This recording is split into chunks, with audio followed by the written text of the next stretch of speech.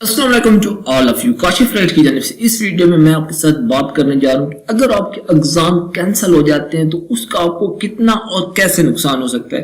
देखिए, देखने में ये बहुत अच्छी लगती है, इससे आप कह सकते हैं कि दिल को कोई और बात ज्यादा भा नहीं सकती कि आपके एग्जाम कैंसिल हो जाए, बट दूसरे एंगल से भी जरा सोचें ना कि उसके क्या कॉन्सिक्वेंसेस हो सकते हैं आपके फ्यूचर पे, आपके एग्जाम पे, आपके यूनिवर्सिटी में, आप कह सकते हैं कि जो एडमिशन होने, इन तमाम चीजों पर मैं जरा इस हवाले से वीडियो में डिटेल से बात करूंगा कि अभी आपके एग्जाम अगर इन केस नहीं होते तो उनके कौन से दो अल्टरनेटिव हैं जिन पर गवर्नमेंट जो है वो अमल कर सकती है। इसके साथ ही मैं एक और प्लान भी डिस्कस करूंगा कि मेरे ख्याल में एग्जाम कैंसिल होने की बजाय अगर ये वाला मंसूबा इख्तियार किया जाए तो वो बेस्ट रहेगा तमाम स्टूडेंट्स के लिए, टीचर्स के लिए, हर एक बंदे के लिए जो इस शोबे से रिलेटेड है। आपने ये वीडियो कंप्लीट देखनी है ताकि आपको हर बात समझ आ सके और एंड पे इस हवाले से आपने अपना ओपिनियन भी देना है कि आखिर आप क्या चाहते हैं, क्योंकि मेन चीज तो स्टूडेंट के हवाले से है ना कि उनके ओपिनियन क्या है। सबसे पहले मैं 9th के हवाले से बात करूं। देखिए, अगर 9th के एग्जाम कैंसिल होते हैं तो जो उसका सबसे बेस्ट अल्टरनेटिव है जिसके बारे में गवर्नमेंट सोच रही है वो ये है कि अगले साल आपके 10th के साथ कंबाइंड एग्जाम कर दिए जाए।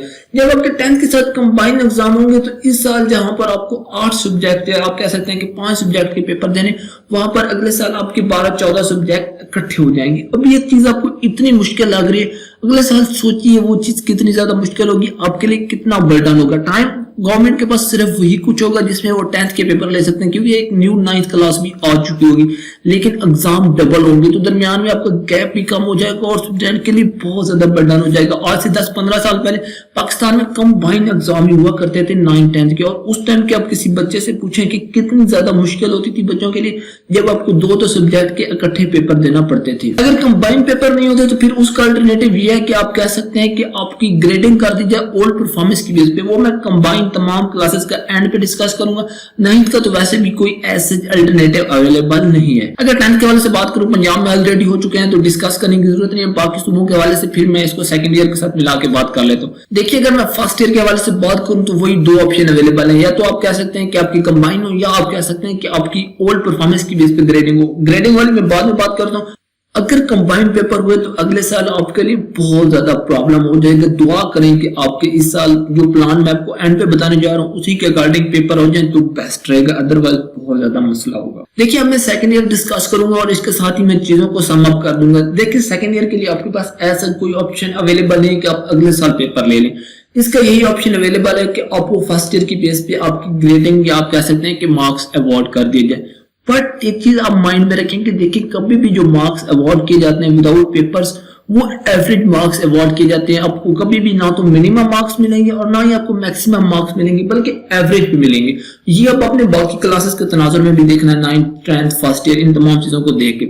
देखिए, अगर आपको एवरेज मार्क्स मिलते हैं तो वो स्टूडेंट जो आप कह सकते हैं कि बिलो देन एवरेज होते हैं या आप कह सकते हैं कि थोड़े ढीले होते हैं स्टडीज में, उनके लिए तो ये चीज बेटर हो सकती है। बट वो स्टूडेंट जो आप कह सकते हैं कि टॉपर होते हैं, जिन्होंने MBBS के लिए जाना होता है, इंजीनियरिंग के लिए जाना होता है, टॉप क्लास यूनिवर्सिटीज के बेस्ट आप कह सकते हैं कि जो डिपार्टमेंट है वहां पर एडमिशन लेना होता है, उनके लिए एडमिशन के वक्त काफी ज्यादा प्रॉब्लम हो सकता है। उसकी रीजन आप यहाँ पर एक फैक्टर इग्नोर कर रहे हैं और वो फैक्टर है रिपीटर्स वाला। देखिए, मैं अगर रिपीटर के वाले से आपसे बात करूं तो एक बहुत बड़ी तादाद में ऐसे स्टूडेंट होते हैं जिनके आप कह सकते हैं कि FSC में 1000 प्लस या 1050 के दरमियान एटलीस्ट आप कह सकते हैं कि 980 प्लस मार्क्स होते हैं, बट वो एडमिशन नहीं ले पाते और इस साल वो रिपीट कर रहे हैं। ठीक है, उनके ऑलरेडी FSC में आप कह सकते हैं कि 1000 के अराउंड मार्क्स है, थोड़ा उससे ऊपर नीचे हो सकते हैं। मैं अगर पर्सनली अपने कजन की एग्जांपल दूं तो वो सरगोदा बोर्ड का टॉपर है और उसके 1043 नंबर हैं, 3rd पोजीशन उसकी आई थी, बट वो MCAT की वजह से एडमिशन नहीं ले पाया, अभी वो रिपीटर है।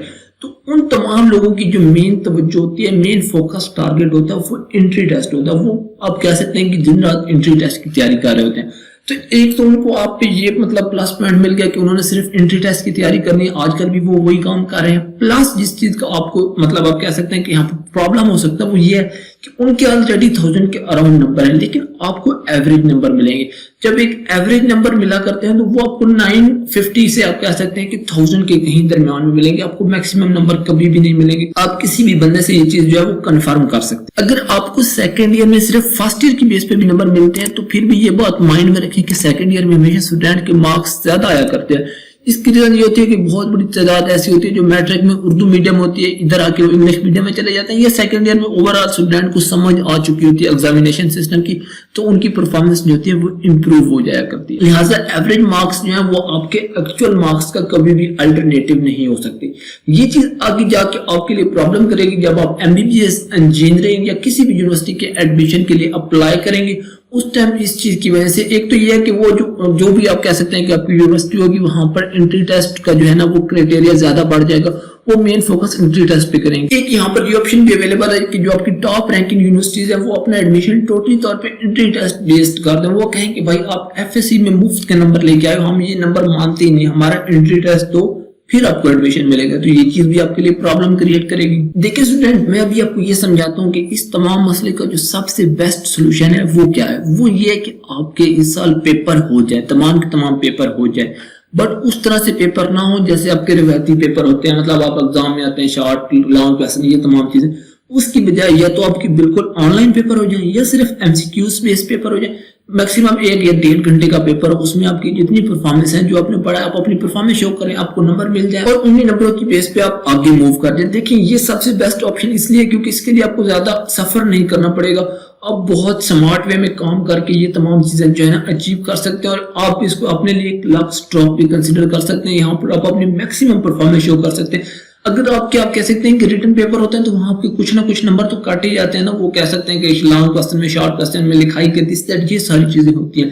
लेकिन यहाँ पर जब अगर आपका एमसीक्यू बेस्ड पेपर होगा तो आपका एक नंबर भी नहीं कटेगा। 100 नंबर का पेपर है तो भाई आपके पास ऑप्शन है 100 के 100 नंबर भी आप ले सकते हो, आपका वहां पर एक नंबर भी नहीं कटेगा। तो आप जरा इस एंगल से सोचें। लिहाजा अब मेरे ख्याल में स्टूडेंट को समझ आ गई होगी, आप इस ऑप्शन की तरफ जाएं कि आपके पेपर हो जाए। इस वजह से आपका क्या ओपिनियन है वो सबसे ज्यादा मैटर करता है, तो नीचे अपने कमेंट बॉक्स में देना है। वीडियो को जरूर लाइक करना है, चैनल को सब्सक्राइब करना है। Thank you very much for watching.